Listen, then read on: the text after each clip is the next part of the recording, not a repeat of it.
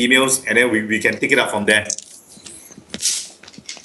Okay, Adrian, can you look at what John is doing, and then see if there's a questions or anything, see whether if it's crucial, then straight away ask John. So I'm trying to do this session maybe within an hour, so that we can get it and done with it. At least when John Cole go through the sessions, tomorrow when we are back in the office in the morning, we will try to explore more further. We need to explore ourselves. Then once we have any further questions, we probably will have to get back to John or some of the thing. We need to do our own setup and so forth. Okay. Okay. Yeah. Okay. So John, Okay. I'm going to mute the voice, and maybe everybody mute. Or Adrian, you need to mute your voice so that there's no interference. Then if there's any questions, you can turn on your mute so that John is able to show to us. So I assume that everybody are in the team viewer, right? Yeah. Okay. Yes, John, you can carry on. Okay. Just check one thing here. I only see two people, and I only see Fortem. So I guess that you are probably not at the right workstation if you're not there. I don't see Victor also. Yeah, well, you probably are not at the proper station. You should be logged in at, let me check here, the IP address. 514. Supposed to be 498. Wait a minute. 498. I just see Chris. Yeah, well, we're probably not on the proper station. I am presently on a machine. The IP address is 172.223.53. Oh, And 56, right? wait a minute. And Supposed to be 56. just check the team viewer number. Team viewer number is 835-312-345. Wrong. I think it's supposed to be 455 144 498. Which machine is that? This one is the client, o3d client. Yeah, and you're connected to what exactly? I'm connecting to the workstation. I'm connected to workstation also. Oh, But, I think that the workstation that you connected to, they decommissioned that workstation because the one is at the command center. They do Okay. not want to have a workstation in command center. Okay. Okay. So the team viewer number is what? 455 455 144. 144 Yeah, 498. 498. Okay, guys, you'll need to log off and log in back to that address. Adrian, can you repeat the team viewer again? 455 455 144 144 498. 498. What is the password? No, it's Okay. at the when you go in, you will just key in at 104 CCTV. At 104 CCTV. Yeah. Okay.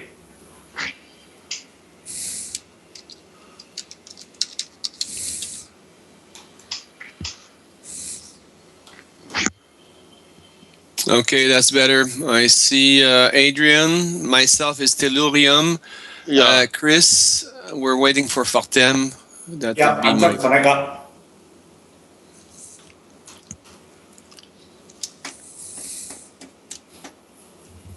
Okay, I'm in. Yeah. Okay, a couple of things. First, I will need to upgrade the installation. That was done before Christmas, and we have made a couple of changes that will affect the way that the objects are configured. So I'm going to give you a basic outline of how it's done, but in reality, once I've updated the things, it will be easier to do the configuration that I'm doing now. Okay. So bear that in mind. So we are presently at a workstation, I believe, which is the access point we need to go to the server. So the server, I believe, will be, and I'll try to get there. Okay. Is there a reason why I cannot access the menu? Okay. Oh, God. Okay, Chris, my Chinese is really poor. You wanted to access to the server itself? Yeah, I think it's this one, eh? Yeah, and it's 53, 52, I believe. Yep. Okay. I'll try to type that. 52. Yeah. Okay.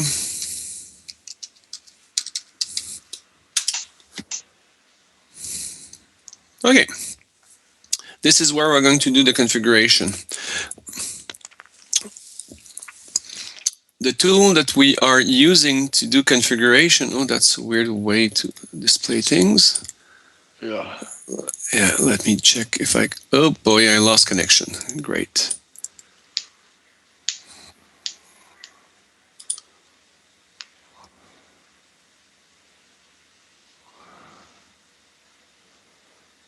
Okay, I guess this is what I should be click. Oh God, lost again.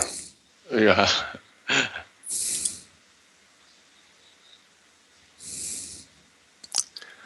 Okay, now what I'll need to do is maximize this. It doesn't want, It doesn't want to maximize. I think it's screen resolution issue. Okay, we'll have to work with that. What you need to go is you need to launch the content admin tool, which is the way, the tool that we use to control rules. Everyone knows how, well, let me explain how things work with our system. Subsystems like milestone access control systems, they generate events. We are listening to those events as they come in, and we do a couple of things with those events. One thing that we do is we store the events in the database for later consultation, and also to feed the different clients that are connected. And we also pass the rule into the event into a rule engine. A rule engine is essentially like a firewall, if you want.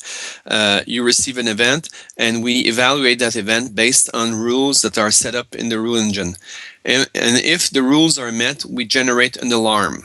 So there's a difference between an event and an alarm.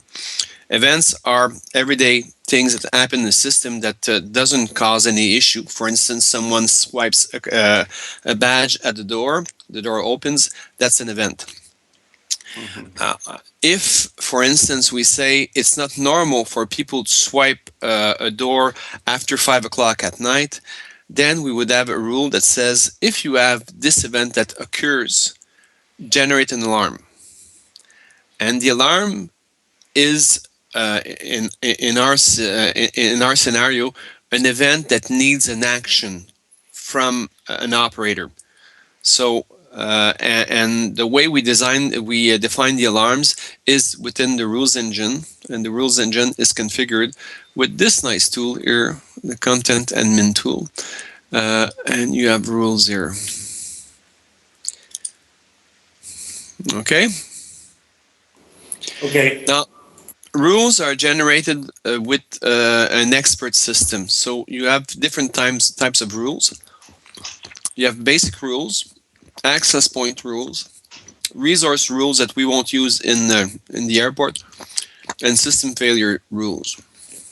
Okay, so in our case, what we are looking at is a rule that would basically take a milestone event and generate an alarm with it. Is that the case? Yep. Okay.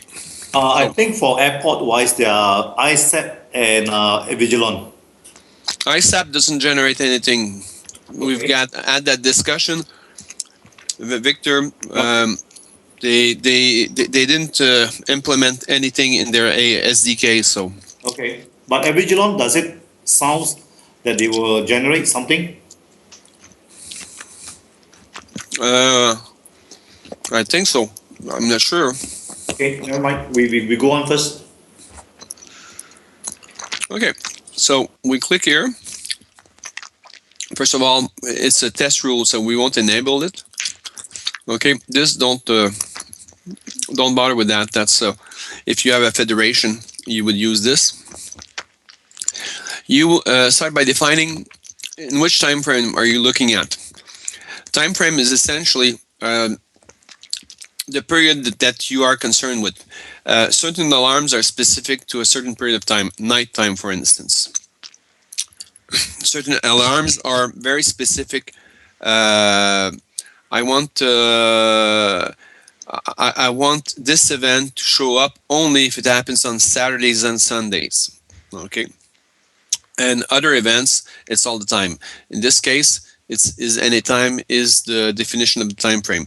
If I click on this, I'll have a choice. I'll have a small menu that will allow me to choose the period that is of interest for this alarm. Is that clear? Okay. Yes. Say, for instance, let's say that I want an alarm to happen only during normal work hours. I would click here. So Monday to Friday, and I would say time is between, let's say, 8:30 and 5:30. Notice that we're using the International Convention on Time. Okay. Okay, and you would see this happen. Okay, in this case, it's all the time, so I won't bother with that. Okay. Okay, the event. You can base a condition on tags. What are tags? Tags are essentially names that you use to associate different devices, for instance, access points or cameras or whatever. So let's say that you are concerned over a couple of doors, okay? Doors that give access to, let's say the tarmac, for instance. Then you would tag those doors with a name saying outside doors, and you would say everything that happens there, I want to know.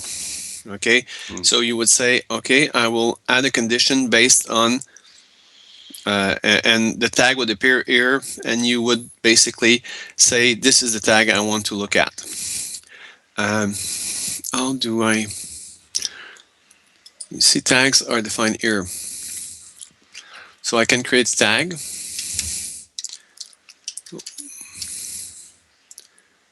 Wait a minute, I don't see. Yeah, I create a tag here.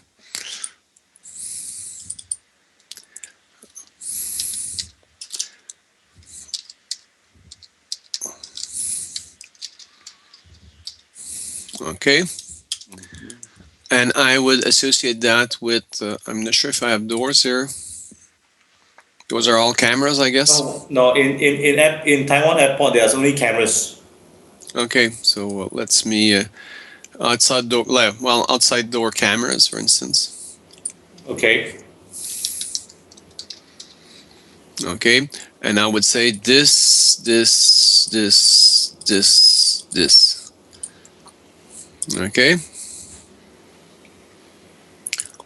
And I would save that. Now, what would happen is that when I go to my rules, and hopefully it will have registered, I would say, okay, every event that occurs with those cameras, the cameras that are tagged with outside doors, I want to know about it. I want to generate an alarm. Is that clear? I'm trying to use my own words to say, Yeah. so that whether you understand what I'm trying to say. What you're saying is, I have selected 4 cameras. and I equals to that as the tag name called outside doors. Yeah, I grouped them. Okay, so when these 4 cameras giving me an alarm, I raise up this outside door tag or what? I beg your pardon? So maybe I can't differentiate what is a tag in this case when you're trying A tag, to relate. it's only a way to group devices together in an ad hoc basis. Okay, so I Okay. have 4 cameras that you have done, and the name is called outside doors. Yep. Okay, maybe you can carry on. Yeah, sure. So tags give you a lot of flexibility because a camera or a device can be in multiple tags. Okay, Okay. so you can basically set up the way you want your airport or your configuration, and each time that a device with that tag will generate an event, the alarm or the rule will trigger. Okay, so I will remove that because obviously that doesn't exist. Okay, so I'll get back here. I'll say this, and I'll delete the tag. Okay, it's very flexible. Okay, and it doesn't affect the camera. You're just removing the grouping. Okay, so back at the rules, adding a condition. You won't have sites here because that's designed for basically organizations with multiple sites. Let's say that you would have 2 or 3 terminals. You could define them as different sites if you wanted. So we're going to say, okay, oops, sorry, I'm going to come back here. The second option is event types, and this is probably where you will want to put your condition. John, So, sorry, I got one question on site. Yeah. Just now you mentioned that if I have 2 terminal, I can group them as site 1, site 2. What is the advantage of doing this kind of grouping as compared to one single airport as a whole? Well, it depends on how the airport will want to manage their resources. Sometimes they have 2 control centers and they really want them to be separated, and they want to have a global a common group that will supervise both rooms afterwards. So it's really a question of how the initial setup is made. Okay, then I brief you whether my thought was correct. There is command center 1, there's command center 2. Each command center 1 will be managing airport terminal 1. Command center 2 will be managing terminal 2. So these are maybe two different teams that is doing it. So they don't want to be mismanaged. So I can actually create site 1, site 2, so they individually manage their site. Yeah, but will you have a global center that will manage both sites? No, not at the current moment. In Taiwan, that's what they want to build. They want to build a 3rd terminal, and they want to have this 3rd terminal to have one global site to manage all. So that is in the pipeline projects. Okay. In that case, my suggestion would be to install 2 standalone installations. So Terminal 1, Terminal 2. And once Terminal 3 comes into effect, you install a CMS at Terminal 3 and another instance to cover Terminal 3 and link them together in federation. But if there's no need to federate both terminals at this point in time, don't do it. Yeah, though, at the moment, there doesn't need. Okay, so let's go with the events. Okay. Event types. This is a very, very, very long dialogue.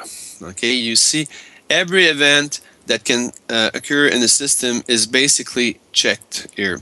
So, if I was to run a rule like that, every event of that nature that comes in would generate an alarm, and it's probably not what you want. Right. So, I will remove all. And I'll explore the type of events. First of all, we have access control events that doesn't interest us because we don't have access control connected to the system. We have audit trails. Oops, audit trails here. Okay. The system basically records everything that's being done by by users. So audit trails could allow you to say, okay, if for instance there's an access control system event for that happens, for instance, a door goes offline or something like that, you could be warned. Okay, you could also be warned if an alarm action is undertaken by a user, and we'll see what type of. Oops, I'm sorry. It's really tricky to operate because obviously there's latency. So when I'm clicking, I'm not sure if it registers or not. So you see, if an alarm is updated, for instance, I can generate alarm on that also. Okay. I can also generate alarms on camera events. So a PTZ movement, which could be very verbose. So be careful with those kinds of alarms. A change of configuration, if we're extracting data, etc., etc. So that's not really interesting. A user access user audit trail.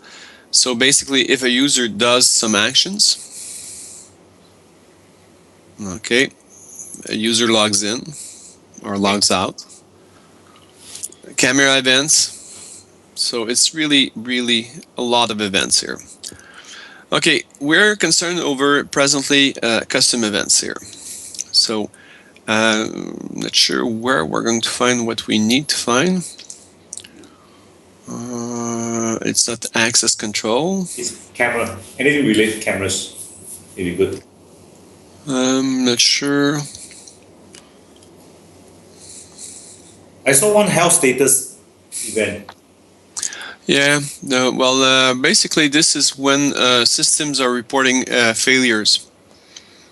Okay, we get the information and we can generate alarms with that.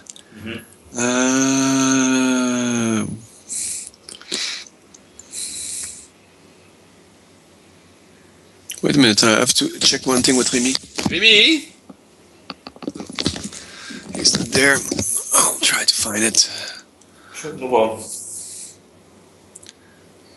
Access point change, okay. Well, we'll generate, we'll see custom events. We'll just generate one alarm with all the custom events. Okay.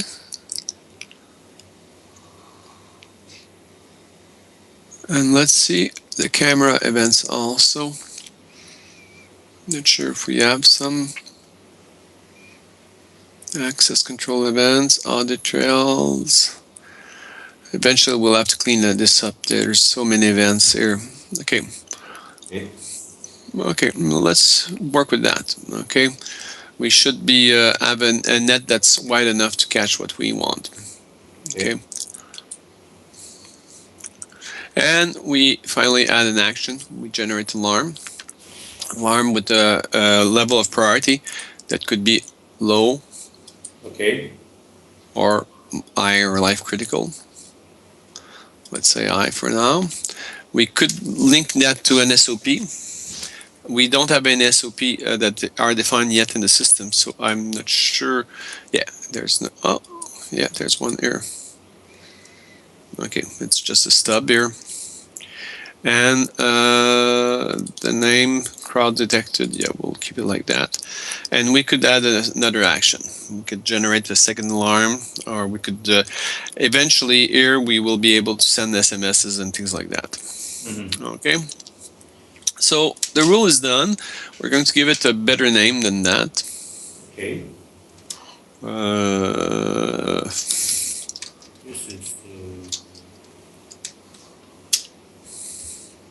Okay. And once it's done, we're going to enable it. Okay. See, rules engine will consider this rule. And then we're going to apply it to the server.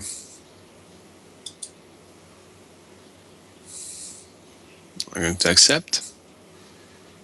Everything goes well, you'll see all green there. Okay.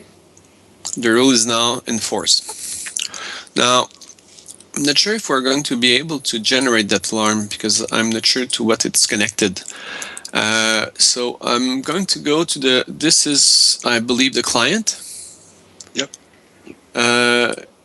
o3d should be somewhere here, Pro Design. I didn't install this machine, so do we have Omnipresence? Omnipresent. That is on the top of this one. This one here? Yeah. That seems to be the installer.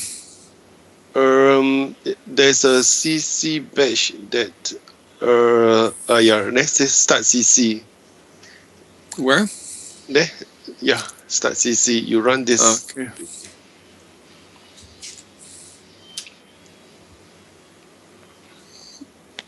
My Chinese is not very good, but I suppose it's running. Okay, is that what you're looking for, this one? Yeah.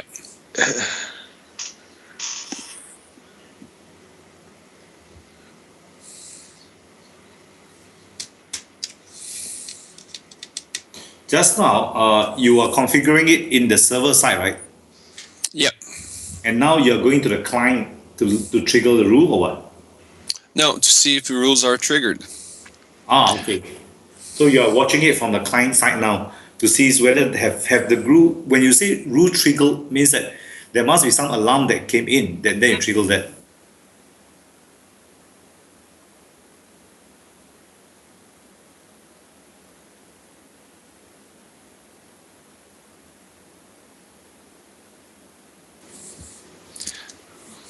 Okay, there's a lot of alarms being generated. That's probably by the first rule. Okay, you see, there's It's quite some time back, right? Yeah. Well, that's today. That's all today, this morning. And you see Any way to clear the alarm first? no. No, that's because the rule is really, really too widely drawn. Okay, so let's see that rule, what it looks like. And in the system, you don't want to basically erase rules like that, alarms like that. Yeah. Okay, this rule is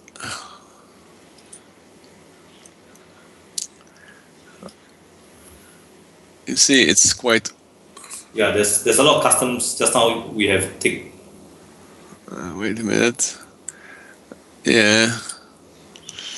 Yeah, it's custom events. Correct. Okay.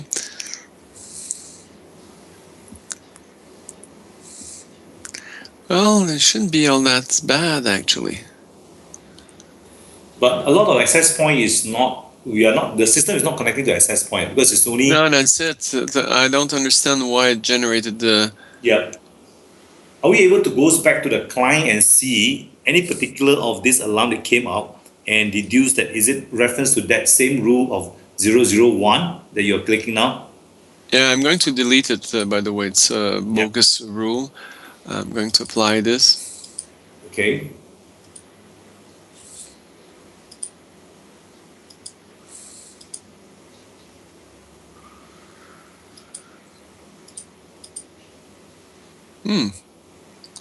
Oh, that's a bug here. I'll have to check that. Okay. Okay, back to the client.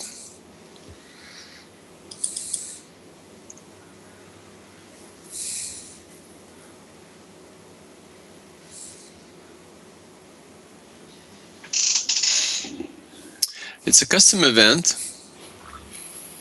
Okay. And you see here, that is it normal that we have no cameras? Chris can comment on that.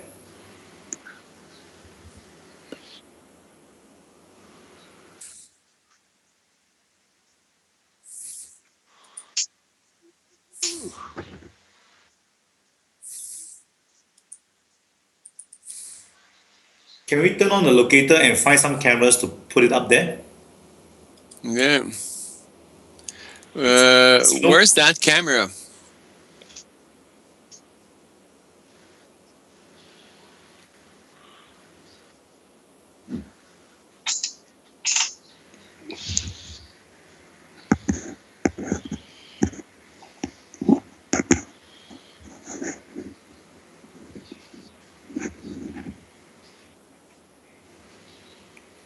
Can you just fit the camera in first? Just throw on maybe 6 camera up there.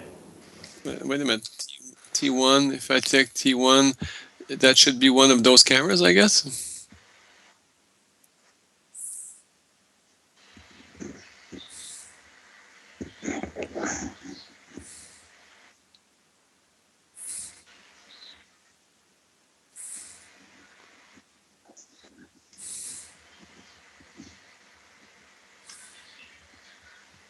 Okay, I saw the second camera.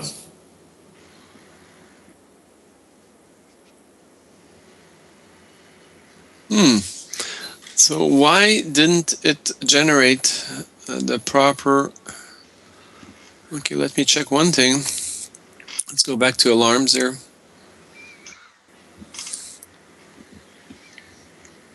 Okay.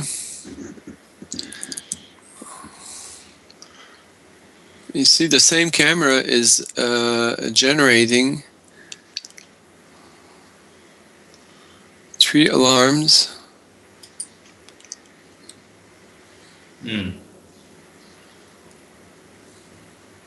Yeah, so I saw the 058 was generating 3 alarms.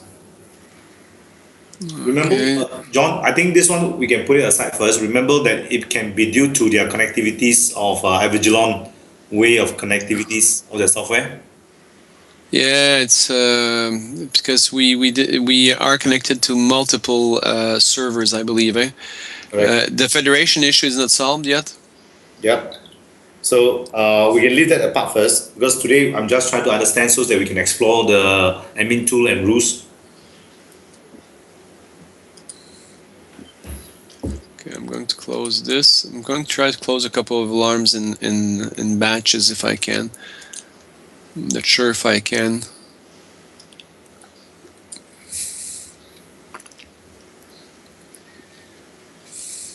Let's try this. No.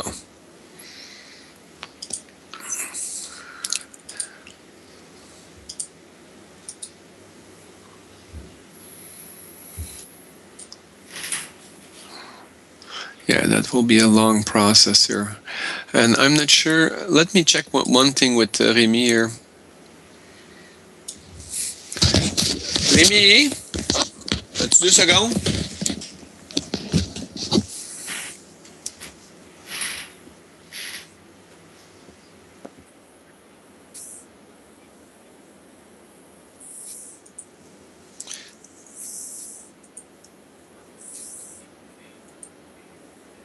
Correct, because of the connectivity, the way that the Okay. Avigilon software is.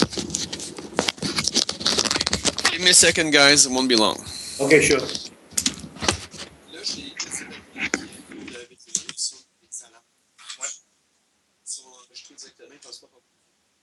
This one actually I have started to explore with Gerard when I was there the last time. It's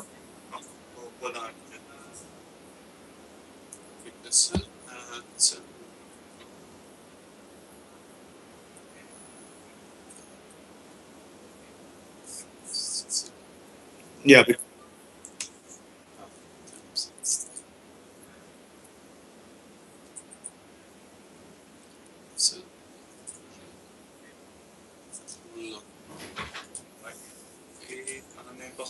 Okay, I'm not quite sure I understand what you're trying to relate now. The one that I understand is because that in Avigilon, they actually connect all the 6 VMS together. So when there's an alarm, they will propagate it to all the 6 VMS. So when we connect it, we connect to individual VMS. So when we actually pick up all the VMS that who have the same alarm, but we pick up 6 times. Correct. There's 6 VMS there. Correct. Correct. Même s'il n'est pas spécifique. Ouais, c'est ça. Il le prend. Ouais. That's what I'm trying to say. Oh oui, c'est juste... The last time I explored with John this problem, I don't know whether our rule engines can say that, if we recognize the same alarm, we ignore it or what. I don't know. So, but that one you got the specific how to ignore this alarm today because Avigilon is the one that's repeating 6 different alarm. Same alarm, but coming from 6 different hardware. Yes, it's the same one. Because because if you look at camera 058, it has when everyone has an alarm on 058, Okay. it actually propagated through all the 6 server. Then when we connect and o3d connect to the 6 server, we actually pick up 6 different alarm. That's what it means. Yeah. Yes. So we need to solve that because presently, usually, when servers are properly federated, we connect to one server, and the server says, "Oh, this camera is with that server. I'll connect you." In this case, we had to connect to all 6 individual vigilant servers. Yeah, because in our side, when o3d see it, every servers have different set of cameras. So we need to connect to 6 different servers. And when they're properly federated, we connect to one, and he acts as a broker for the other cameras. Okay. Okay, so this multiple cameras one, I think we are still. I think this is not a crucial part that I'm trying to do now because I'm letting John to go through the part of setup first. So we concentrate on that one, and these are issues that we have take note on that then. Yeah. So I just checked with my programmer, and yeah, these events were generated by the first rule that we saw previously, the one that was already there, and they are generated by the cameras presently, the vigilant camera that are set up to generate events if certain condition happens. Okay. So those are the alarms. Now, what I don't understand is, if I click this, I should be seeing the cameras here. Now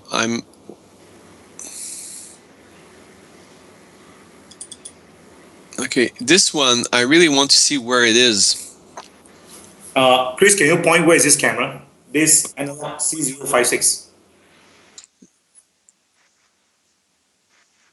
T analog C058. C058.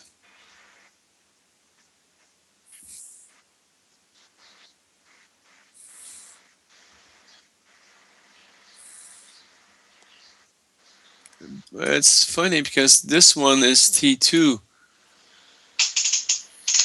You see, this one, because I had an alarm that was generated by that camera. You see here? Yeah.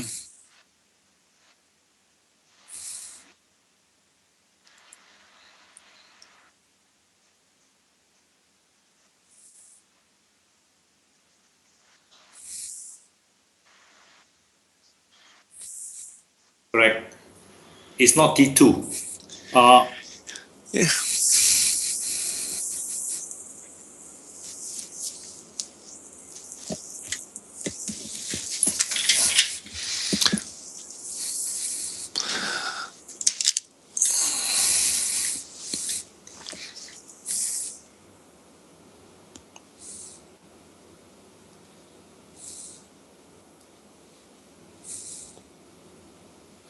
If you type 058, what does it show? T052 here is available. Let me check this custom event here. Hold the line here. I'm going to see here this one. Okay, I've got the camera feeds here. It seems that a couple of cameras are not defined in the system.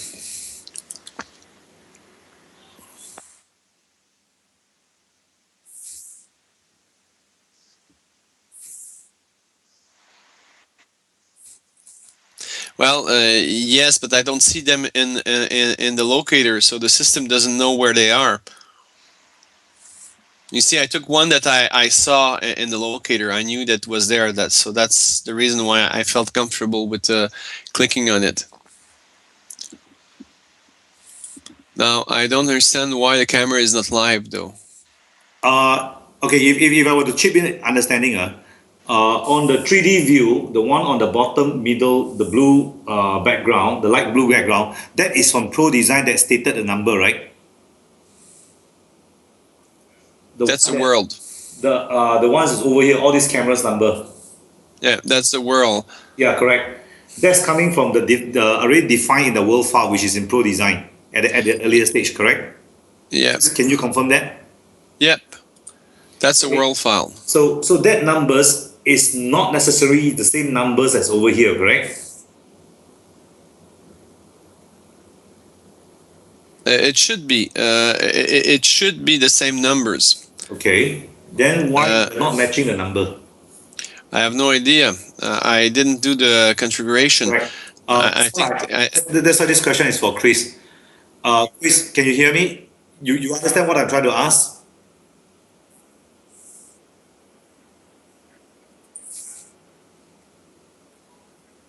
Okay, what happened is that if I understand, Gerard is the one that who set up the number on this world file, which is actually earlier defined by the Pro Design stage.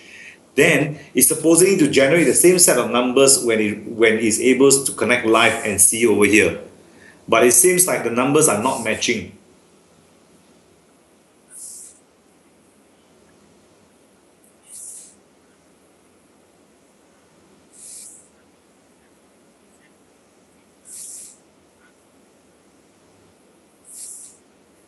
Okay, so which means the names over here are defined by the customer, because I remember at one stage the customer has started to define, according to the grouping of their zone by, first of all, by terminal. The camera tree structure are defined by the terminal, and then followed by the area of zone. Then when they define by area of zone, this is what I know from Gerard.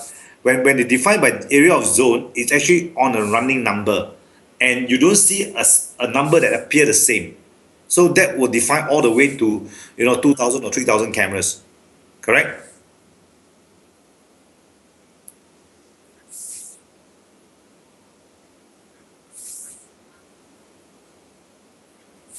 Correct.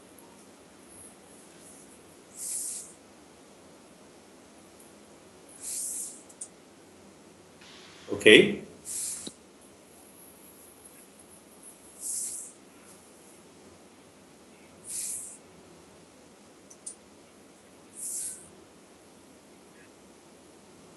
Okay. Actually, no, actually, what I hear from Sen Hao is that you can see the analog C052 or 058 actually is the Avigilon vendor who said it before even we implement o3d when they only have Avigilon, so they recognize by this. So when Sen Hao take over, then you can see that those cameras with a long name, 低层, 出镜, all this, right? Sen Hao replace it with his own name. So whenever you see those number, it's like they have to tally with their old Avigilon, the map, where is it? Because by looking at this, they can't understand one. That's why Sen Hao is going around to do all the planting of the rename of all the camera. Okay, maybe Chris, just make it simple. Which are the set of cameras that we can use or John can use now, so that to show there is a true camera and it's matching to the one at the Pro Design, so that we get. Do you know which area of cameras that is so-called is been tagged properly?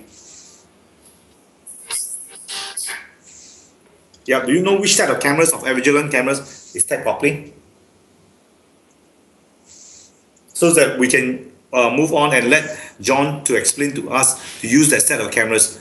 John, I know that you're trying to find out the curiosity of this 58. It doesn't exist in the system. That's the reason why when we're clicking on it, it doesn't know where the camera is, so it doesn't show anything. Yeah, because it was not. I think it was more by earlier definition was not defined, and then now when they remove it or retag it, there's no camera tag to 58, for example.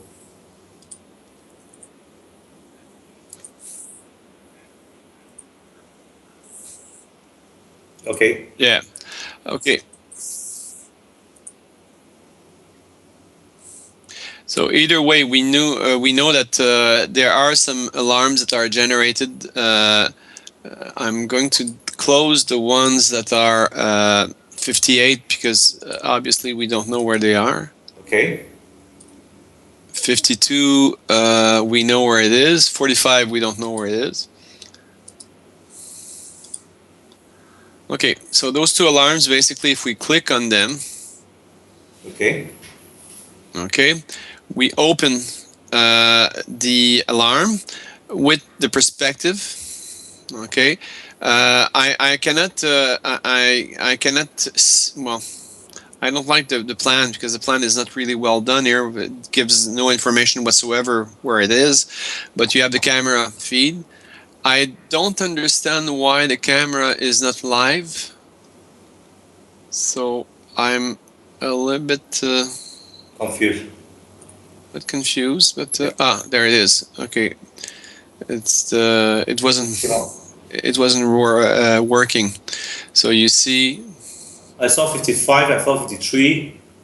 we see cameras coming in live here. Yeah, maybe it's because of the part. But I still don't see 52. Can you guys see any? 52. Here, top right hand side. Oh, the light green color. Pale gray, light green. Yeah.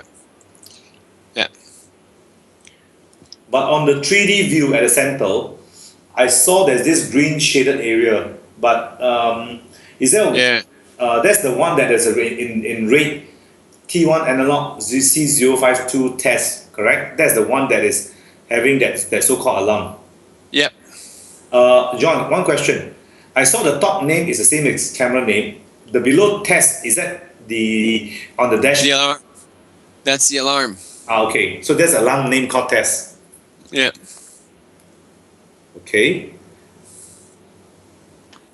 I remember that we have, if we have an alarm that came in, there will be an arrow pointing to that. Is that something that we need to configure? Here. You have that small ice cream cone with an exclamation mark in the 3D panel. Oh, I see. Because this one later on, I will brief this morning when I was at the 3SI site. Some comments on this one. I remember we have a very big arrows that separate, not the icon arrow itself, that point to it. No, you're confusing with the fast track arrow. Oh, okay. Okay, since you mentioned a fast track, sidetrack a little bit. In this system, do they have a fast track systems? No. Well, yes and no. I cannot demonstrate fast track here because the system is not configured. But fast track, the way it's defined, it's basically moving along the 3D model and following someone. You can do that in every central command system. Okay. But if we just want to move along, now if I goes to the 3D view, and then I can just do that part of, from one corridor, I shift my arrow to the other corridor. Can it be demonstrated in this system? Yeah, but not on TeamViewer because you need the 3D mouse. Ah, okay. So, but if I want to do demonstrate, which means that at the airport, at the client itself, I have this 3D mouse, and I can just click and just like jump over the other side, and it will turn to the corridor that I point to. Yep.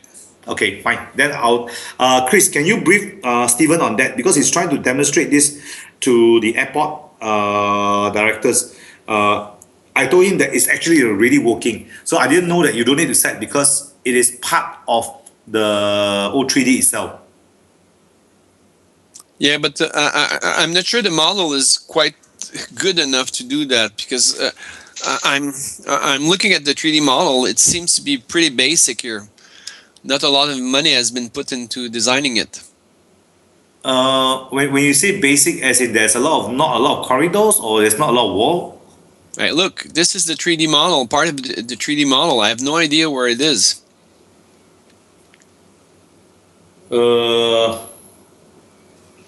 Look, I'll expand it. Pointing. Can you point it? I'll expand it. Okay, yeah, I saw the expansion. It doesn't tell me where we're at. I have no idea which part of the airport it is. Okay, yeah. From I just see this green area, Mhm. and normally I would like to be able to have projections in it. Unfortunately, for a reason I don't know, the system is not is not putting the projection in it. And I suspect it's something about to do with the 3D model, the way it's designed. Okay, fine. Maybe let me ask check with Chris. Chris, do you know which area of the 3D model have this video live projection in it? Level 3 T1.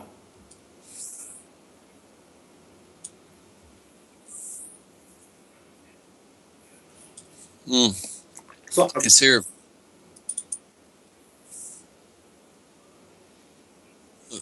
okay, so John, this is one of them. Do you need to see something from here? No, it's just that it seems to be really sluggish. I'm trying to control it with the mouse, and it's not really a very great way of doing so. Okay. Um, yeah, sure. I can see earlier the projection of the videos in one part in Yeah, 3D view. Yeah, this is the one. yeah.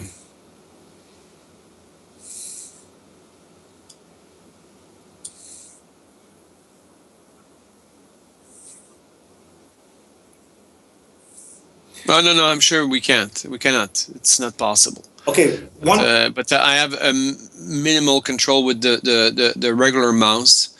Seems to be working fairly okay, I guess. Okay. Okay, so what you see here is when I click to the alarm, I got here, and I got these nice frames here. Okay. Now this person is not moving. I'm not sure why.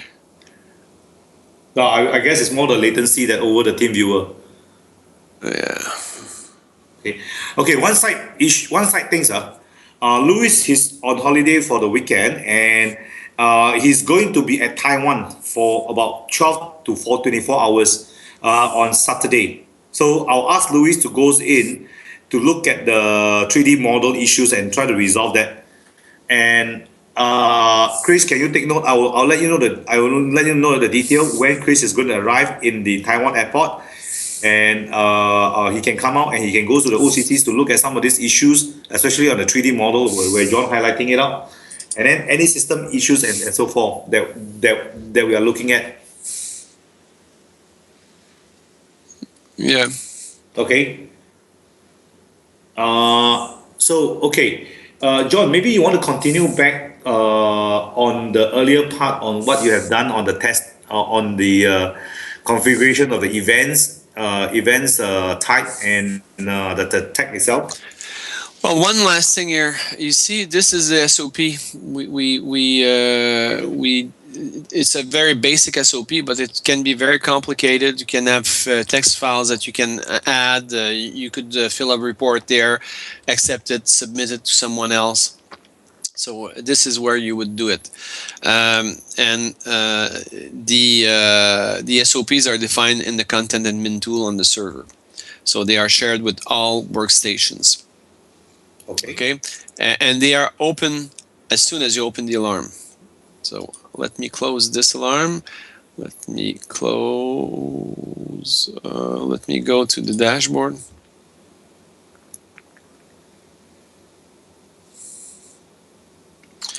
Okay. I've got 2 alarms here. Those are all 58s. Yeah, I saw a lot of 58. I think so. 52s. Okay, I've got some 52s. Okay, so let's say that I want to open this one. Okay, I double click on it. Kazam. I get into it. Okay. I've got my cameras Top that are right. closest to the event. Okay, it's always the same video because it seems to be always the same thing. And I want to see what's happening here. I just click on the live button on the playback. Do you see my mouse moving? No, I can't see your mouth. Okay, so I'm sorry about that, but you see, there's a timeline. I played on the play pause button, which is Yeah, I saw you there's a see, big gray button on the left. I'm pointing towards the left. yeah. So we play button. You see now, I clicked on this one to have the live, and you have the crowd detected SOP that appears under on the right hand side column, Right. under the name of the alarm and the status of the alarm. So I think this is what you want to demonstrate to the city, to the airport officials. I see. Okay. Yeah, I think I get a complete picture of how you want to test that if there's a first of all you need to create the alarm and so forth, and then you got to purposely trigger the alarm. Um, Yeah, the trigger of the alarm would be done in Vigilant directly. correct. Now I need to find how does we trick how does O3D recognize from Avigilon that is an alarm in our integrations with them. Well, we receive events, and the events are passed in the rules engine, and the rules engine says, "Oh, this is something I need to generate alarm for." That's what you have gone through with us, how to set that rules so that on that end. Well, that's what we did. Correct. We did earlier. Yeah. Okay. Side two question. On your left hand column, you know the perspective that you have. There is this reports. Are we able to generate any kind like reports for all the alarms and between certain time to certain times? Not sure. I don't remember how it was configured here. How do we configure this kind of reports? Not sure. Okay, let me hide this. Let me hide this. Whoops. Okay, and there's no report configured, so there's no report ordered for that system, nor any report configured. So we need to configure reports there.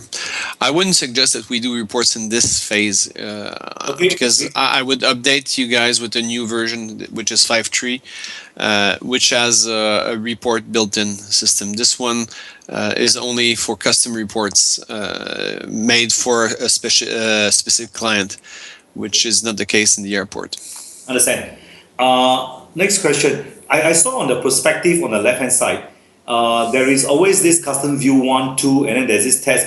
These are all generate when there's alarm that come in, correct? No, this one is for ad hoc things. For instance, I'm having an issue with the front door, for instance. I would basically open the locator. Okay. I would drop cameras.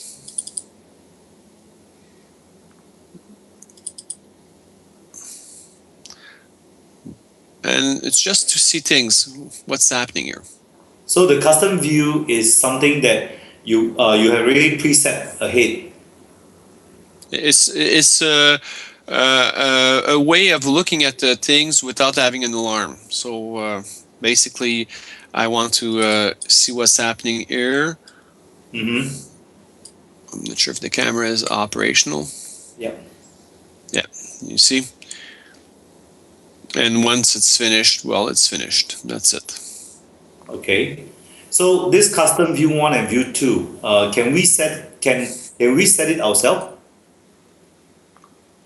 What do you mean by that? Now, if I want to create a custom view 3, how do I do that? No, you can't. Not on that version. Okay. By the way, this is version 5.26 or are you able to tell? Yeah, it's 5.26. Sorry. Actually, the custom build 1 and 2, why they need 1 and 2? Because like both of you doing the same function, we just Yeah. one will do. Well, Right. because you might have you might want to have a setup to see the front gate and the back gate.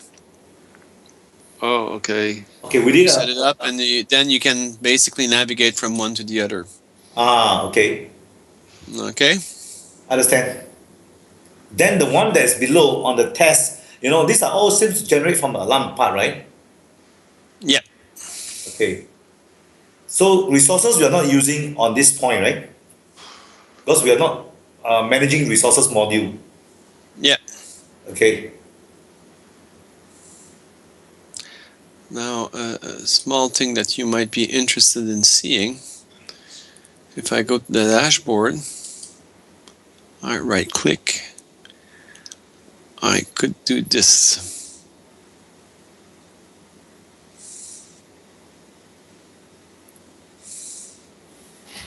What is the advantage of doing this? The advantage is multi-screen. So can I shift this screen to another display? Yep. Okay. So, how do I do that? I mean, from theory point, because you can't show it now. No, I cannot. But if, for instance, you had a second screen, I would do this and drag it to the second screen, and bingo, it would appear there. You mean like the one that our normal PCs I have set in two screen mode, then I can drag Yeah. this one to the other side. Yeah. Okay. So you can have this on one side, the dashboard with the alarms coming in and the events coming in with the 3D model. And on the other window, you have your normal central command open. For us, we can only do up to two screen, is it? For that version, yes. Okay. You mean the 530 would able to do multiple than that? Yep. Okay, good. So Chris, can you update Steven on this? He was asking for this, and I remember that we can do it, but there are certain limitations for these versions. So for 530, we were trying to finish it off, and once it's done, I'm trying to update that. Correct, John? Sorry?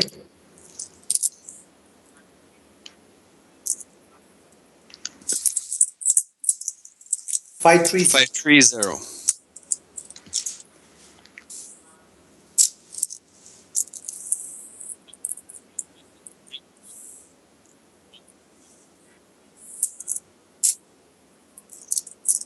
Yeah.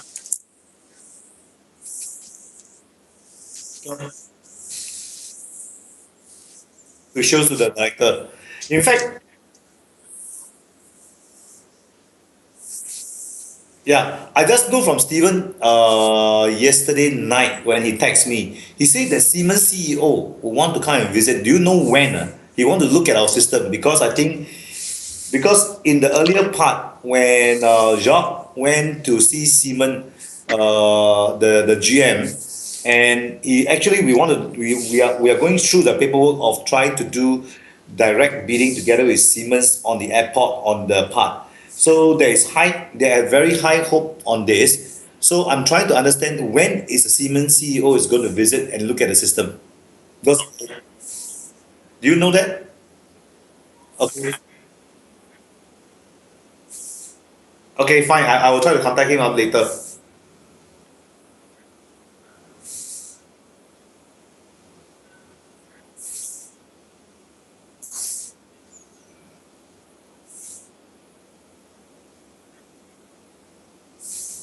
Correct.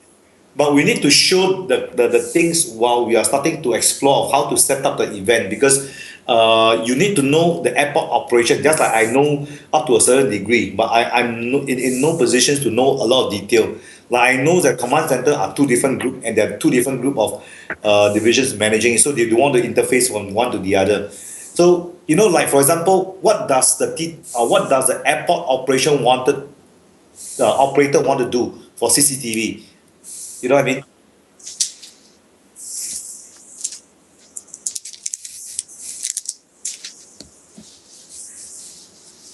Fast track. I think I know how to show that.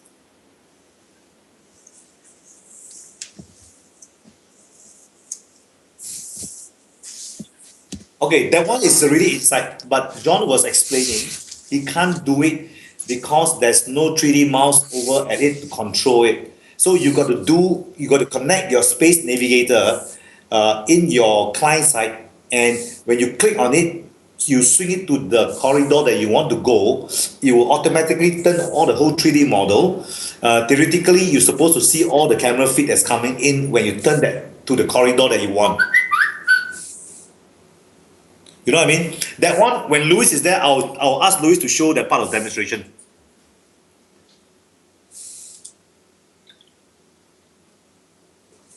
Hello. Yes, John, can you hear me? Yes, I'm not sure if are we still all there? Yes, Chris, are you still there? I think he's gone. Yeah, Okay. he's still around. No. So, Chris, you understand what I'm trying to say? Okay, for the fast track, okay, John has already explained the reason why he can't do it and show it us here because there's no, yeah, there's no space navigator that he have here. Okay, Louis is going to be there on Saturday morning, and I'll ask him to go in and to look at the 3D problems where John is highlighting. And also at the same time, he will show you all the fast track of using the fast track that's already embedded in the o3d. The usage of it is, you know, if I'm right now in corridor 1 in the 3D view, if I'm going to goes interested in the corridor number 3, I point my mouse to that corridor number 3 and let go of the mouse click, it will actually change the orientation to corridor 3 and all the relevant camera will come up. Okay, so that one will be done and shown by Louis. I will talk to him and do that so that he can show you that part, because this is what Stephen wanted to show to the airport directors, so that in the subsequent tenders, this is a default and this is only we can do. Okay, so for the upcoming tenders on that end. Okay, so there are a couple of, yes, Louis, I will give you he'll be on that Saturday. I'll send the emails by tomorrow what is the details and how you all can meet up with him. Okay, yeah, Chris, yeah, you yesterday when asked me about the 分割画面 maybe can I ask John?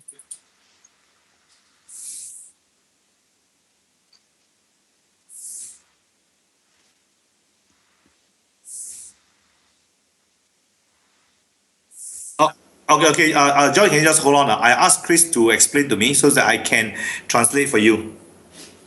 Sure. Yeah, Chris, please.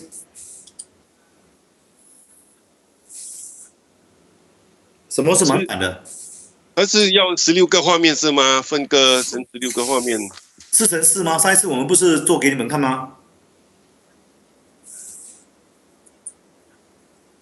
那个我有，那个是在这个现阶段哦，我们没有办法做到，是因为那个我们现在暂时没办法做到。我要解决的是那些 operation 的难题啊。我跟 Steven 讲说哪一个 priority 来解决，因为你们要看到的是有 alarm 进来，你们要先看到那些 alarm 指在哪里。那个分割画面它已经有分割画面，只是没有填满而已。而且这个填满的作风哦，是一个 MVL 的作风，不是我们用在那种比较高层的做法。所以我们现在至少我们有做到这个可以看得到分割画面的事情啊。我跟他讲，我们下一个 release 出来就是这个5.30哦。我知道 John 他们在背后在做，只是哪一个比较重要，你哪一个作为 priority 啊？我有解释给 Steven 听了。他不 OK 我也没办法，我会跟他讲啊。OK，让我跟 John 解释一下。好 ，John，they have Chris has raised up the one that remember the 4x4 part. We talk about full screen, the 4x4. Yes, I explained that this is not a priority. The priority will come with the next release that we are getting up. The more important that I'm trying is to set up all these rules. We get the operational systems to be configured properly, and we need to explore now and really properly set up so that the people can use. Because basically, they can still see all the 4x4 video. So it's just that it's not full screen, but yeah, operationally it's still able to see, see. So I've said that priority is not on that. So I already told Stephen on this point. So Chris, if you feel that Stephen is insisting of it, can you ask Chris to ask Stephen to talk to me, and I will explain to him on what is prioritized to do.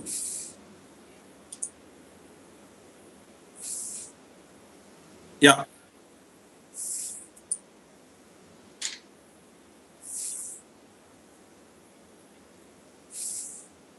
Okay, the PTZ one, I think I know the issue. I can explain to you tomorrow. It's not, I don't think so.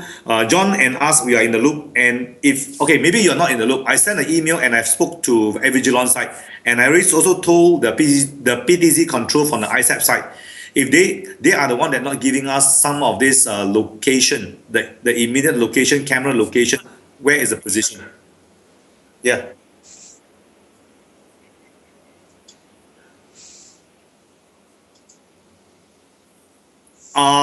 Chris, maybe sorry I got to cut you off because I don't think so. Is easy is easy to explain to you over here. Yeah, because that one I know exactly what's the problem. Chris, Stephen know exactly what's the problem. The problem is not on our end. I will explain to you tomorrow. Or maybe Adrian, you can explain. You know what is the issues that I really started off the track, but we need the information before we can actually control the PTZ. Yeah. Okay. Okay. John, It- anything? Okay, John. The last part. We are going to do and play around with this part of system, especially on the admin tool, and we are trying to set up on something. If we really broken something, I hope you understand. You got to help us back tomorrow or the day after tomorrow, if we really have broken something on it, because yeah. I really want to try and explore together with Chris or Gerard to try to set up some rules and there's operational usage. If in the meantime, if you can see something that you can want to configure for us on some basic, you can go ahead and do first. I will leave it like that. It's not too bad, actually. It works pretty okay. I'm concerned over the state of the 3D world there. That's one concern, and the other concern is we have cameras that the system hears about them, but he doesn't know where the cameras are located. I That's think the I know reason. where the part of issues is more of the naming and registrations of these cameras into the o3d system. They don't match. I know that earlier Yeah. I had this issue together with Gerard when I was there. So I think Gerard knows what's the issue. One of the Okay. reasons is because that earlier it was set up by one vendors with no camera tree structures of how the naming going to be and so forth. When I highlight this part, because it will not help in operation when you doesn't go and tree structure your camera location and so forth, because you go to that zone, you don't know where is it. So after that, Gerard actually went to go and talk to the end users. Can you give me the tree structure so that they can properly go? Because there is a pattern of how the operator look at the cameras and naming the cameras.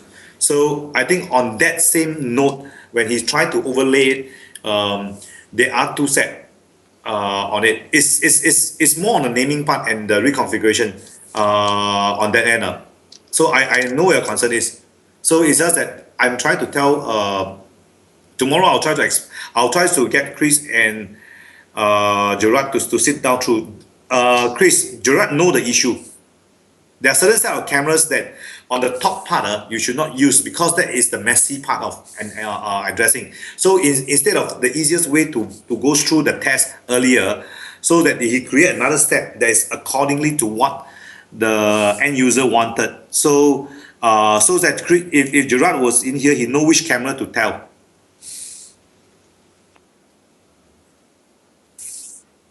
Yeah, but they are duplication. The one that is have proper naming convention is actually look like a tree structure type. If you look at the location, the locator site.